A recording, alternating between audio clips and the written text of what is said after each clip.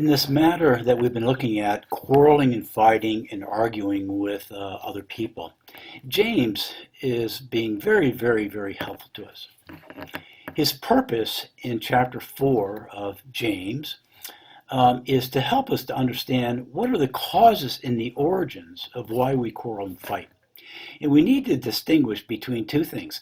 There are those things external to us that influence us to quarrel and fight, but they don't cause us to quarrel and fight. There are thousands of different things going on around us all through the day, which may influence us to quarrel and fight, but they don't cause us to quarrel and fight. And James is being very helpful to us in chapter 4 to help us what the causes are and not the influences. Can't change the influences. But James says you can look at the causes, and that's what his purpose in doing in chapter 4 is, to help us to get to the origin of what causes us to quarrel and fight, the origin of why other people quarrel and fight with us. And he says there are 3 reasons why we quarrel and fight. And in the last few videos, we've been looking at 1. In chapter 4, verse 1, James says, "What causes fights and quarrels among you? Don't they come from your evil desires that battle within you? You want something, you don't get it, you kill and covet." And we saw that he mentions 3 feelings and desires and passions that cause us to quarrel and fight.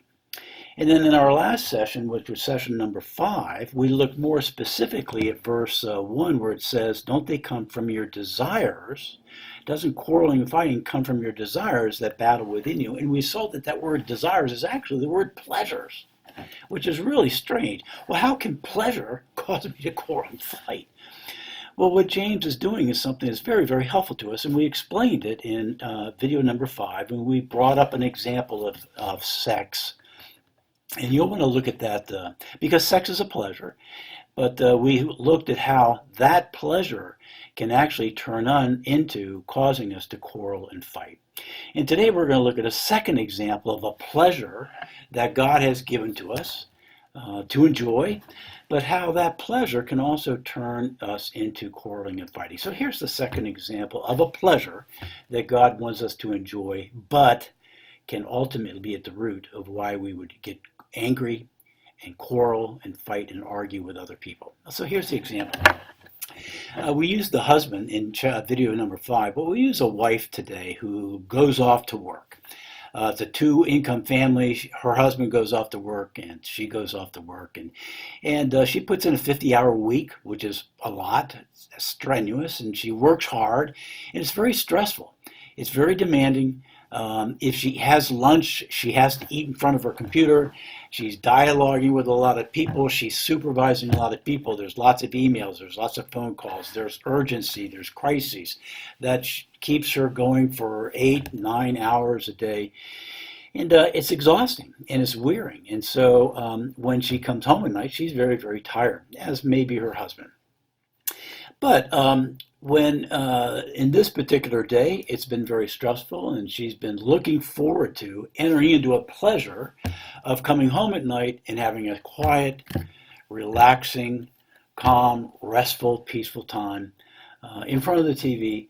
And so she's been thinking about this pleasure of having a relaxing evening, a peaceful evening, and she's been thinking about that all day and hoping for that and looking forward to that taking place when she gets home. Okay, so what's happened though, when she gets home, they're having dinner, they finish dinner, she's looking forward to going into the living room and having this peaceful, quiet evening, but her husband, who is her companion and someone who can help her in the course of an evening, he's got an emergency phone call, he's got to leave the house. So now she's got 4 kids, and they need supervision in doing their homework because they don't do their homework on their own. And so she's getting very annoyed now because she's having to supervise their homework. One of them is saying, "Mommy, I think I'm going to get sick." She grabs that kid, takes him to the toilet, and sure enough, he gets sick. He's got a temperature. She feels his forehead. He's throwing up in the toilet. And so now she's telling the kids they've got to keep doing their homework. No, they can't watch TV. And she's assisting this little one who's throwing up into the toilet. And And then her mother calls, and more stress, and she's trying to take care of the boy who's in the head, whose head is in the toilet, and trying to answer her mother who's frantic on the other end. And she's realizing that this desire for a peaceful, quiet time at home is going to be completely obliterated. And so she's really upset. She's annoyed. She's angry. And she's saying to herself, all I wanted was a peaceful evening, come home, relax, and where's my husband when I need him? And she's getting very annoyed and very angry, and she's quarreling with her children who are not obeying. She's quarreling in other ways, fighting and arguing. Inwardly, she's getting angry and quarreling with God. What's happened, God? Why does this always happen? And so this is a person who wanted a peaceful evening, but she's become very, very unpeaceful. So what's happened here? How did this happen? Well, this desire for a peaceful, quiet evening is a good thing. It's a pleasurable thing, and she was looking forward to having that pleasure. But through the course of the day, this desire for a peaceful, quiet evening was growing and growing and growing and growing and getting bigger and bigger and bigger as the day went on. And it became very controlling and very powerful. It was a very powerful want and a lust that she came home with. It wasn't this big a reasonable one, but it had grown into something that was much bigger than that. Now, it says here, when we have those kinds of strong, controlling pleasures, and we don't get what we want, we quarrel and we fight, and we get very angry. And so she came home with this expectation, this wanting of a pleasure of having a quiet evening. But she wasn't going to get it. There were too many distractions that were pulling her away from that. And because she had this big expectation and want, but she was not getting it, she was getting angry, she was getting annoyed, she was getting impatient, and she was quarreling and fighting inwardly and perhaps outwardly as well.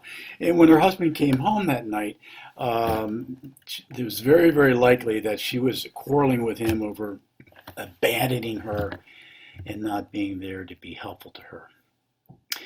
Was it her son who was getting sick, and it was the kids who weren't doing the homework, and it was the mother who called in an untimely way?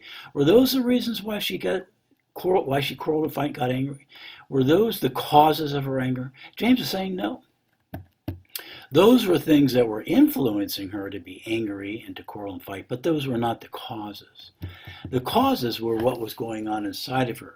She was taking a good pleasure, a reasonable pleasure, and growing it into something that was beyond reasonable, and it became a demand, it became an expectation, and it became a lust, and it became a pleasure that was inordinate. And when she did not get that strong, powerful, controlling expectation, well, she got angry and she quarreled and fight. James is very helpful here. He's helping us to understand the difference between those things that influence us, which don't cause us to quarrel and fight, but he's getting right down to the bottom and pointing out the causes. And the causes, in this case, is having a good pleasure that's grown to being too big, too important, and too controlling. And if I don't get it, like the man who wanted sex but didn't get it, who got angry because a good pleasure had grown to be this big. She had grown this pleasure to be too big, too large of an expectation, too big of a demand. She was not going to get it that evening, and what came out of her as a result of that, not getting her desires and her pleasures, quarreling, fighting, and arguing. Again, James is being extremely helpful to us. Because our natural tendency is to blame mom for my quarreling, blame the kids for not doing their homework, blaming the husband for abandoning her. And those are influences, but they're not causes. James is very helpful to us, taking us back to this. And so hopefully this wife, understanding, listening to this video perhaps, this mother, and understanding what James is really saying, what she would do the next day, she would say, I have no one to blame for my being angry, annoyed, impatient, unkind, loud. I was quarreling, demanding, shouting, really upset. I have no one to blame other than the fact that though it came from what was going on inside of me. And I had this expectation of a pleasure that had grown to be too big. And when I didn't get what I wanted and was demanding this pleasure, then I quarreled and I fought and I got angry. And I need to go back to my kids. I need to go back to my mom, who I was impatient with and hung up on. And I need to be very apologetic to my husband because I chewed him out when he came home and told him he should never have gone. He abandoned me, and look, what the heck? And hopefully she would say to her husband and her kids and her mom, I'm sorry. I behaved very badly last night and have no one to blame but myself. And I want to ask you to forgive me for being impatient and unkind and rude. And now, kids, you did not obey me, and we need to talk about that. But your disobedience was not the cause of why I got so angry, and I'm taking responsibility for that, and I need to ask your forgiveness for that now, and I apologize for that. Will you please forgive me for the way Mommy acted last night? And to the husband, hopefully she would do the same, and hopefully he would be willing to forgive as well. Now, lastly, a husband and a wife, or a mother and a father who understands what we're talking about here today, are going to be much better equipped to be better moms and better dads and better husbands and better wives, because they're not blaming each other for the way that they're behaving and why they're quarreling and fighting. They're seeing that that's coming from within, and they're quickly taking responsibility for that and apologizing and going to their family members and asking their forgiveness, as opposed to blame shifting and rationalizing and excusing that away. I hope that's helpful to you. But that's a second example of how these good pleasures can turn into bad pleasures, too strong of a pleasure, and when we don't get it, we quarrel and fight. And we need to learn to understand that and take responsibility for that and not blame that on the things that influence us. Hopefully that's helpful.